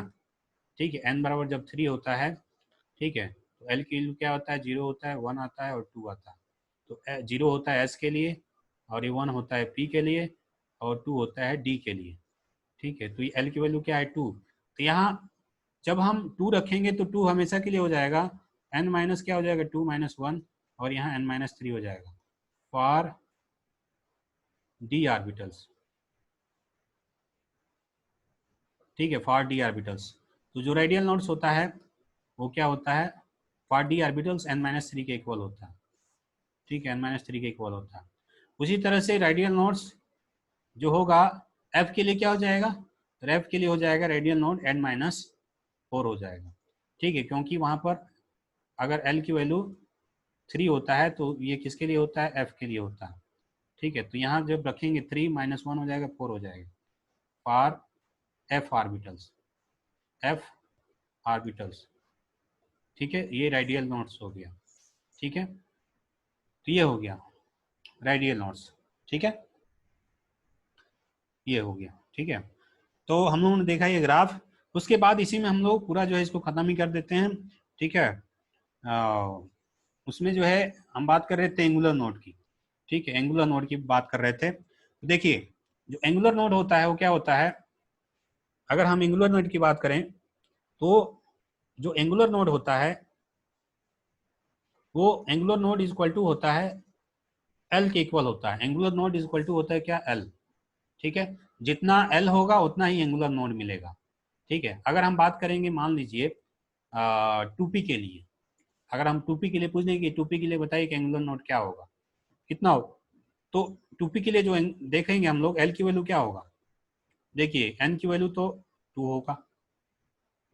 ठीक है, एल की वैल्यू क्या हो जाएगा यहाँ पर टू, यहाँ पर जीरो होगा या तो वन होगा। तो ये किसके लिए होता है, ये होता है एस के लिए, और ये किसके लिए होता है, पी के लिए होता है। ठीक है, तो यहाँ पी क्या है, पी क्या है, वन है। ठीक है, तो एल की वैल्यू पी के लिए क्या होगा, पी के लिए हमेशा एल की वैल्यू क्या होगा, वन ही आएगा। ठीक है, तो एंगुलर नोड क्या होगा पी के लिए, वन आएगा फॉर पी आर्बिटल्स। ठीक है, ये हम बात कर रहे हैं एंगुलर नोड का, रेडियल नोड की बात नहीं कर रहे हैं। ठीक है, ध्यान दीजिएगा, पीछे जो ले रहे थे रेडियल नोड ले रहे थे, और यहाँ बात हो रही है किसकी, एंगुलर नोड की। ठीक है, वो एल के इक्वल होता है। ठीक है, अगर हम पूछ दें कि बताइए थ्री पी के लिए क्या हो जाएगा रेडियल नोड, तो थ्री पी के लिए क्या हो जाएगा, वही होगा। थ्री पी के लिए एंगुलर नोड क्या होगा, तो थ्री पी के लिए जो एंगुलर नोड होगा G U L A R, angular node for three P, वो कितना होगा, वन ही आएगा, क्योंकि ये एल के इक्वल तो एक एल के इक्वल होता है, एल की और पी के लिए क्या होता है, एल की वैल्यू हमेशा वन ही आता है। ठीक है, तो वन आएगा हमेशा। ठीक है, ये चेंज कब होगा, ये चेंज जब जो है पी से जो है मान लो डी हो जाए, डी से मान लो एफ हो जाए, तब जाके चेंज होता है एंगुलर नोड। ठीक है, तो अगर हम पूछेंगे डी के लिए बताए, डी के लिए एंगुलर नोड क्या होगा। ठीक है, तो डी के लिए जो एल की वैल्यू क्या होता है, एल की वैल्यू होता है टू। ठीक है, तो एंगुलर नोड क्या हो जाएगा, जो एंगुलर नोड होगा, angular node for angular node for D orbitals, ये क्या हो जाएगा, ये हो जाएगा टू। ठीक है, दो एंगुलर नोड मिलेंगे। ठीक है, अब आते हैं हम लोग एल के लिए देख लिए, पी के लिए देख लिए और डी के लिए देख लिए। तो एंगुलर नोड क्या होता है, पीछे बताया हूँ अभी कि जो मतलब ऐसा क्षेत्र जहाँ इलेक्ट्रॉन पाए जाने की प्रोबेबिलिटी जीरो हो। ठीक है, तो यहाँ पर जो है डम्बल शेप पर क्या होता है, ये है एंगुलर नोड। ठीक है, ये होता है एंगुलर नोड। ठीक है, ये ऐसा क्षेत्र है जहाँ पर इलेक्ट्रॉन पाए जाने की प्रोबेबिलिटी क्या होती है, जीरो होती है। ठीक है, तो इसको बोलते हैं एंगुलर नोड। ठीक है, और इसको बोल एंगुलर नोड, ये नोड से होके जा रहा है, जो ये प्लेन, ठीक है, ये प्लेन हो गया। ठीक है, तो ऐसा प्लेन जो पी के जो ऑर्बिटल्स है उसके नोड से होके जाता है, तो उसको बोलते हैं हम लोग नोडल प्लेन। क्या बोलते हैं उसको, नोडल प्लेन बोलते हैं, नोडल प्लेन, नोडल प्लेन बोलते हैं। ठीक है, तो जो पी के लिए होता है, पी के लिए देखते हैं तो नोडल जो प्लेन मिलता है वो कितना मिलता है, जो नोडल प्लेन की संख्या होती है वन होता है। ठीक है, जो नंबर ऑफ नोडल प्लेन होता है वो क्या होता है, वन के इक्वल होता है। क्यों, क्योंकि पी में केवल एक पॉसिबिलिटी है कि एक ही प्लेन खींचा जा सकता है, नोड से होकर, मतलब नोड से होकर जाते हुए एक ही प्लेन खींचा जा सकता है। ठीक है, तो पी के लिए इतना होता है। आगे डी के लिए देखेंगे, इसको इरेज कर रहे हैं तो इसको स्क्रीनशॉट ले लीजिएगा। आगे देख, डी के लिए क्या होता है, डी के लिए देखा जाए तो एल की वैल्यू क्या होता है, टू होता है। ठीक है, और जो एंगुलर नोड होता है, एंगुलर नोड होता है वो क्या होता है, एल के इक्वल होता है, ये टू होके इक्वल हो जाएगा, एंगुलर नोड टू होगा। अर्थात जो मतलब दो एंगुलर नोड मिलते हैं डी ऑर्बिटल्स के लिए। ठीक है, तो इसीलिए डंबल होता है, डाई डंबल होता है, इस पर एक लेते हैं और एक इस पर लेते हैं। मान लें d x square y square हो गया। ठीक है, दो डंबल हो गया, या डी एक्स वाई ले लो, कोई भी ले लो, मान लो डी एक्स वाई हो गया। ठीक है, तो इसको इसके लिए देखेंगे तो एक एक प्लेन ये मिलेगा। ठीक है, एक प्लेन होकर जाएगा, मतलब इस ओरिजिन से होकर जाएगा। ठीक है, और दूसरे के लिए अगर देखें, इसके जो है जस्ट परपेंडिकुलर इस तरह से जो है एक एक प्लेन ये मिलेगा, ठीक है, जो इस ओरिजिन से होके जाएगा, इसको बोलते हैं nodal plane. Nodal plane, nodal plane, ठीक है, देख लीजिएगा मीनिंग से। इसको बोलते हैं नोडल प्लेन, ठीक है। तो ये दोनों नोडल प्लेन है। तो ये दोनों एक साथ रहते हैं तो ये कितने नोडल प्लेन मिलेंगे? डी के लिए कितने नोडल प्लेन मिलते हैं? दो मिलते हैं, ठीक है। एक यहाँ पर ऐसे, और दूसरे के लिए क्या होता है कि जस्ट परपेंडिकुलर इसका, इस तरह से, ठीक है। ये दो नोडल प्लेन मिलते हैं। और एंगुलर नोड कितने मिलते हैं? दो मिलते हैं, ठीक है। तो ये होता है एंगुलर नोड और नोडल प्लेन। तो मुझे ऐसा है कि आप लोगों को समझ में आ गया हो। उसी के लिए आप लोग जो है इसी तरह से जो है आप लोग निकाल सकते हैं। किसके लिए? डी के लिए निकाल लिए, उसके लिए उसी तरह से आप लोग एफ के लिए निकाल सकते हैं, ठीक है। एफ के लिए निकाल सकते हैं, क्या निकाल सकते हैं एफ के लिए?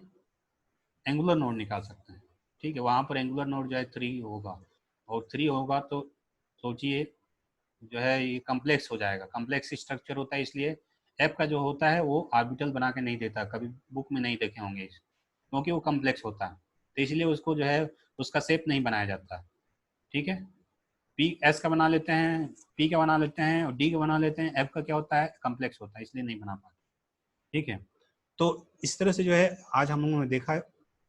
हम लोगों ने क्या क्या पढ़ा? हम लोगों ने पढ़ा श्रोडिंगर वेव इक्वेशन, उसके बाद उसका जो हैमिल्टोनियन ऑपरेटर के बारे में पढ़ा, क्या होता है, या ऑपरेटर फॉर्म पढ़ा, operator form of Schrodinger wave equation. उसके बाद हम लोगों ने पढ़ा कार्टेशियन कोऑर्डिनेट के बारे में जाना, और पोलर कोऑर्डिनेट के बारे में जाना। हमने लिया जो श्रोडिंगर वेव इक्वेशन को पोलर कोऑर्डिनेट के फॉर्म में, ठीक है। जब उसको सॉल्व किया गया तो हमको इक्वेशन मिला, ठीक है। आइगन वैल्यू मिलता है, ठीक है, आर एन एल के फॉर्म मिलता है, और पी थीटा के फॉर्म में मिलता है, ठीक है। और क्यू जो है फाई के फॉर्म में मिलता है। इसको हम सॉल्व करते हैं तो हमको एन, एल और एम मिलता है, ठीक है। Principal quantum number, azimuthal quantum number, magnetic quantum number मिलता है, ठीक है, जिसको हम लोग आज जाना, ठीक है। तो आज के वीडियो में, ऐसे वीडियो लंबा हो चुका है, ठीक है, मैग्नेटिक क्वांटम नंबर के बारे में हम बताएंगे अगले वीडियो में, ठीक है। तो आज जो है केवल चर्चा की हम लोग एन और एल के बारे में, ठीक है। और हम लोगों ने जाना नोड्स क्या होता है, ठीक है। उसके बाद हम लोगों ने जाना एंगुलर नोड क्या होता है। उसके बाद हम लोगों ने जाना कि रेडियल नोड क्या होता है, ठीक है। और टोटल जो नंबर ऑफ नोड्स होता है, ठीक है, टोटल जो नंबर ऑफ नोड होता है वो किसके इक्वल होता है? वो होता है, टोटल जो नंबर ऑफ नोड्स होता है, क्या करते हैं हम लोग? जोड़ देते हैं, ठीक है। टोटल नंबर ऑफ नोड्स किसके इक्वल होता है? मैं इसको इरेज कर रहा हूँ, उसके बाद बताते हैं, ठीक है। टोटल जो नंबर ऑफ नोड्स होता है, टोटल नोड्स, वो क्या होता है? n-1 की इक्वल होता है, ठीक है। तो n-1 की इक्वल होता है, टोटल जो नोड्स होता है n-1 की इक्वल होता है, ठीक है। इसके इक्वल होता है, n-1 की इक्वल होता है टोटल नोड्स, ठीक है। अब इसका मतलब क्या है? इसका मतलब जान लेते हैं। मान लीजिए हम 3n के लिए ले रहे हैं, हम 3n के लिए पूछ रहे हैं कि बताइए टोटल नोट्स कितना होगा, ठीक है। तो 3n के लिए जानते हैं क्या हो जाएगा, एल की वैल्यू क्या हो जाएगा? एल की वैल्यू देखेंगे हम लोग, तो यहाँ क्या पाएंगे हम लोग, एल की वैल्यू क्या होगा? 0 होगा, 1 होगा और 2 होगा, इतना होगा। एस हो गया, और ये पी हो गया, और ये डी हो गया, इतना हो गया, ठीक है। तो इसके हम जो है रखेंगे, एन की वैल्यू क्या है यहाँ पर? 3 है, 3n नहीं, मतलब एन की वैल्यू 3, सॉरी, एन की वैल्यू 3, ठीक है। एन की वैल्यू 3 है अगर, तो यहाँ पर एल एल की वैल्यू क्या होगा? इतना होगा। तो यहाँ पर एन की वैल्यू 3 रख दिए, तो यहाँ क्या हो जाएगा? तो जो टोटल नोट्स मिलेगा वो कितना मिलेगा? 2 मिलेगा, 2 मिलेगा, ठीक है। कितना मिलेगा? 2 मिलता है, ठीक है। तो अगर हम पी के अगर बात करेंगे, देखिए पी के लिए अगर देखेंगे, ठीक है, पी के लिए देखेंगे तो हम पाएंगे,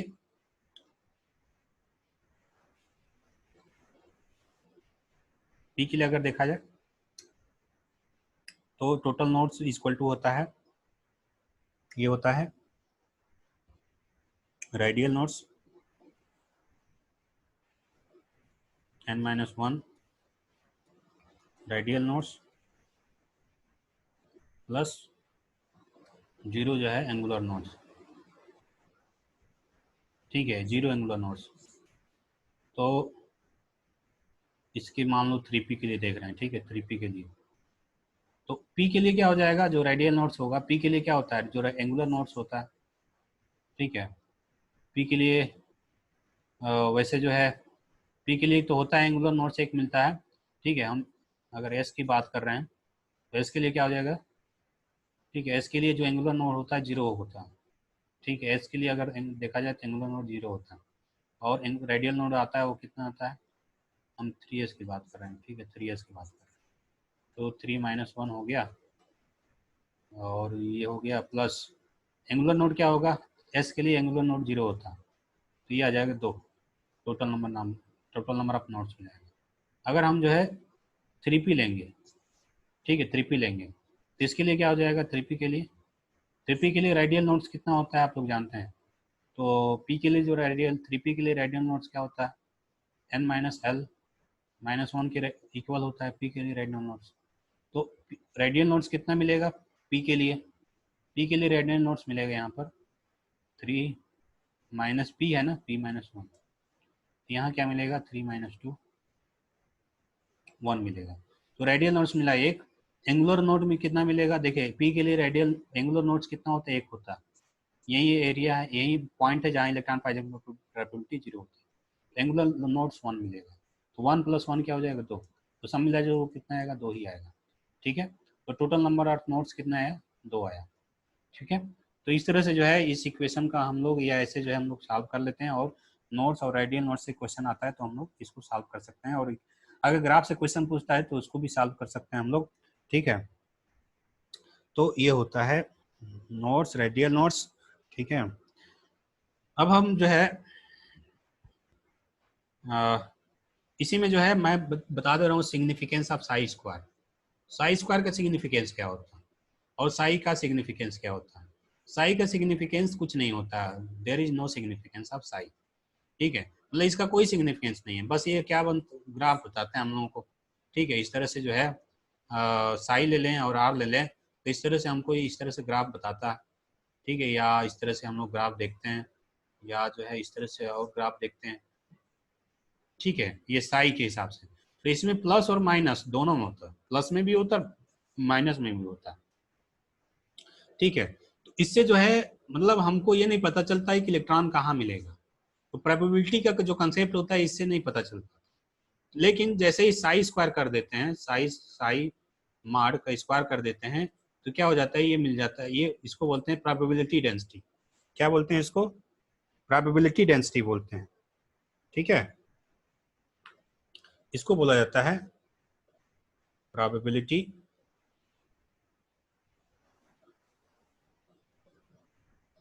प्रोबेबिलिटी ठीक है, प्रोबेबिलिटी डेंसिटी,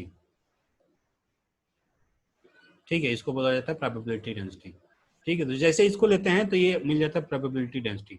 अगर हम इक्वेशन पर मान लो ये साई स्क्वायर को हम आर स्क्वायर भी बोल सकते हैं, मान लो आर स्क्वायर ले रहे हैं, यहाँ बार बार आर स्क्वायर ले रहे थे तो यहाँ आर स्क्वायर कर दे रहे हैं, ठीक है, आर, ठीक है, यही साई स्क्वायर आर स्क्वायर है, ठीक है।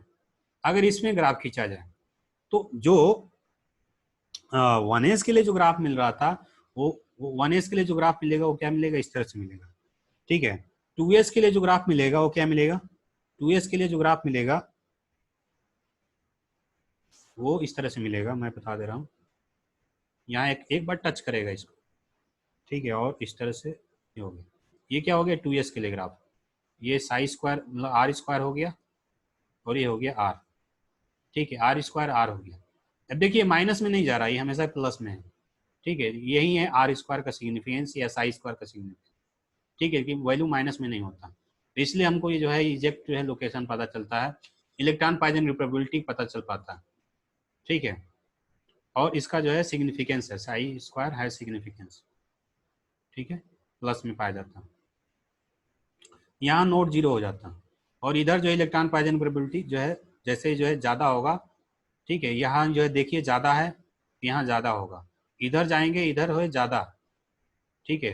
तो यहाँ जो ग्राफ में मैक्सिमम आप लोग जहाँ देखेंगे उचिष्ट बिंदु या मैक्सिमम पॉइंट, तो समझिए वहाँ पर इलेक्ट्रॉन पाइजन प्रोबेबिलिटी क्या है, 0 है, क्योंकि उसकी वैल्यू आर स्क्वायर की वैल्यू क्या होगी वहाँ 0 होगी, सॉरी मैक्सिमम होगी, ठीक है।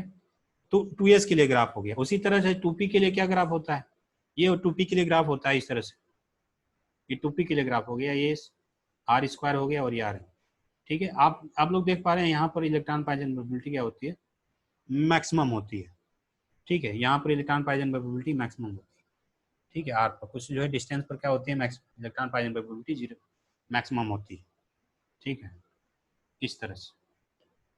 तो ये 2p के लिए हो गया। तो इस तरह से ये ग्राफ हो गया, और ये हो गया सिग्निफिकेंस ऑफ साई स्क्वायर, ठीक है। साथ में जो है मैं एक और जो है इक्वेशन बता दे रहा हूँ पूरा जो है, इसको भी देख लीजिए।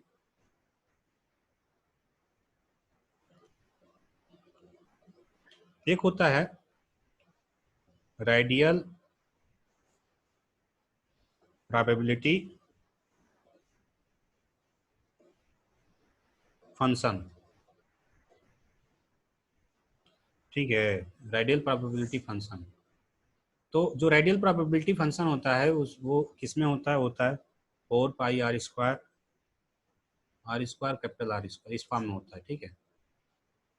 तो ये क्या है और इससे क्या मिलता है, तो रेडियल जो प्रोबेबिलिटी फंक्शन होता है, ठीक है, इसको हम लोग शॉर्ट फॉर्म में जो है लिख सकते हैं आर पी एफ। क्या लिख सकते हैं, आर पी एफ। तो radial probability function equal to होता है volume of spherical shell into क्या होता है, इज इनटू प्रोबेबिलिटी डेंसिटी, ठीक है, इतना होता है। तो यहाँ से जो है आर हम क्या निकाल सकते हैं, r p F radial probability function निकाल सकते हैं। ये होता है 4 pi R square D R, ठीक है, इंटू कैपिटल आर स्क्वायर, इतना होता है। जब ये आ जाता है इसकी सहायता से हम ग्राफ खींचते हैं, तो हमको जो है 1s का जो ग्राफ मिलता है इस तरह से मिलता है, 1s का जो ग्राफ मिलता है 1s इस तरह से मिलता है, ठीक है। और ये है प्रोबेबिलिटी रेडियल प्रोबेबिलिटी फंक्शन, इस पर लिए रेडियल प्रोबेबिलिटी फंक्शन, ठीक है। और ये वाला जो इक्वेशन है उसको लिए हैं, ठीक है, ये वाला इस पर लिए हैं, और ये आर है, ठीक है, आर। तो यहाँ पर जो मिलता है मतलब एक रेडियस होता है, एक फिक्स रेडियस होता है, ठीक है। वहां पर क्या होता है, मैक्सिमम जो पॉइंट यहाँ मैक्सिमम उच्चिष्ट बिंदु मिलता है। मतलब यहाँ से ये निकल रहा है कि यहाँ इलेक्ट्रॉन पाए जाने की प्रोबेबिलिटी क्या होगा, इतने डिस्टेंस पर आर पर क्या होगा, मैक्सिमम होगा, ठीक है, मैक्सिमम होगा। और ये जो लेंथ होता है वो किसके इक्वल होता है, ठीक है, वो होता है जो आर की वैल्यू होता है वो होता है 0.529 एंगस्ट्रॉम होता है। तो एक्स मान सकते हैं या आर मान सकते हैं, जो यहाँ से यहाँ तक की जो दूरी होती है, ठीक है। इतने पॉइंट पर क्या होता है, जो इलेक्ट्रॉन पाए जाने की प्रोबेबिलिटी होती है मैक्सिमम होती है। तो सबसे अच्छा जो मतलब वो जो रिजल्ट देता है वो क्या देता है, रेडियल प्रोबेबिलिटी फंक्शन देता है, ठीक है। वो जो है क्या बताता है, इजेक्ट जो है मतलब जो एटम के अंदर की जो अरेंजमेंट होता है वो चीजें बताता है, ठीक है। और हम लोगों ने देखा भी था कि देखिए न्यूक्लियस के पास होगा तो न्यूक्लियस से कुछ दूरी पर ही तो इलेक्ट्रॉन पाए जाते हैं, न्यूक्लियस के पास जाएंगे तो वहाँ इलेक्ट्रॉन पर पाए जाने की जो प्रोबेबिलिटी होगा वो क्या होगा, जीरो होगा। लेकिन जीरो के इजेक्ट नहीं होता, लग इक्वल नहीं होता, ठीक है। जैसे जैसे न्यूक्लियस से दूर हटते हैं तो एक स्थान आता है जहाँ इलेक्ट्रॉन पाए जाने की प्रोबेबिलिटी जीरो मैक्सिमम होता है, जिसको हम लोग 1s बोलते हैं, ठीक है, यही मैक्सिमम है। और कहाँ पर मिलता है, ये जो है इतना जो है डिस्टेंस में मिलता है, जो प्लस चार्ज और जो इलेक्ट्रॉन जो पहला सेल है उसके बीच का जो दूरी होता है 0.529 एंगस्ट्रॉम होता है, इतने डिस्टेंस पर जो है मैक्सिमम होता है। उसी तरह 1s के लिए होता है, उसी के लिए 2s के लिए होता है।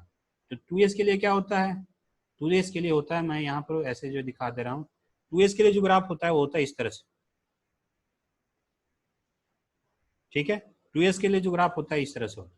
ये पहला जो है रेडियस है, जिसको पहला बोहर ऑर्बिट बोलते हैं हम लोग, इसका रेडियस क्या होगा 0.529 एंगस्ट्रॉम होगा लगभग, ठीक है। इसी का जो है यहाँ पर ये क्या हो जाएगा, ये हो जाएगा 2.7 एंगस्ट्रॉम, 2.7 एंगस्ट्रॉम होता है लगभग। ये 2s के लिए हो गया, ठीक है। यहाँ इलेक्ट्रॉन पाई जाने की प्रोबेबिलिटी मैक्सिमम होती है और यहाँ इलेक्ट्रॉन पाई जाने की प्रोबेबिलिटी मैक्सिमम होती है, दोनों जगह इलेक्ट्रॉन पाई जाने की प्रोबेबिलिटी मैक्सिमम होती है, ठीक है। 2p के लिए जो ग्राफ मिलता है वो हमेशा यही मिल रहा है ऐसे ही, ठीक है। तो ये 2p के लिए ग्राफ हो गया। तो इस तरह से ये हम लोगों ने देख लिया, ठीक है। तो आज का लेक्चर यहीं पर समाप्त करते हैं, ठीक है। जय हिंद, जय भारत, ठीक है। वीडियो अच्छा लगा हो तो लाइक कर दीजिएगा, सब्सक्राइब कर दीजिए। मैंने जो है पूरा की वीडियो में पूरा श्रोडिंगर वेव इक्वेशन और को सॉल्व कर दिया, और जिस जो कंसेप्चुअल क्वेश्चन बनते हैं, ठीक है, ये भी बता दिया, ठीक है। तो आज के लिए बस इतना ही, धन्यवाद।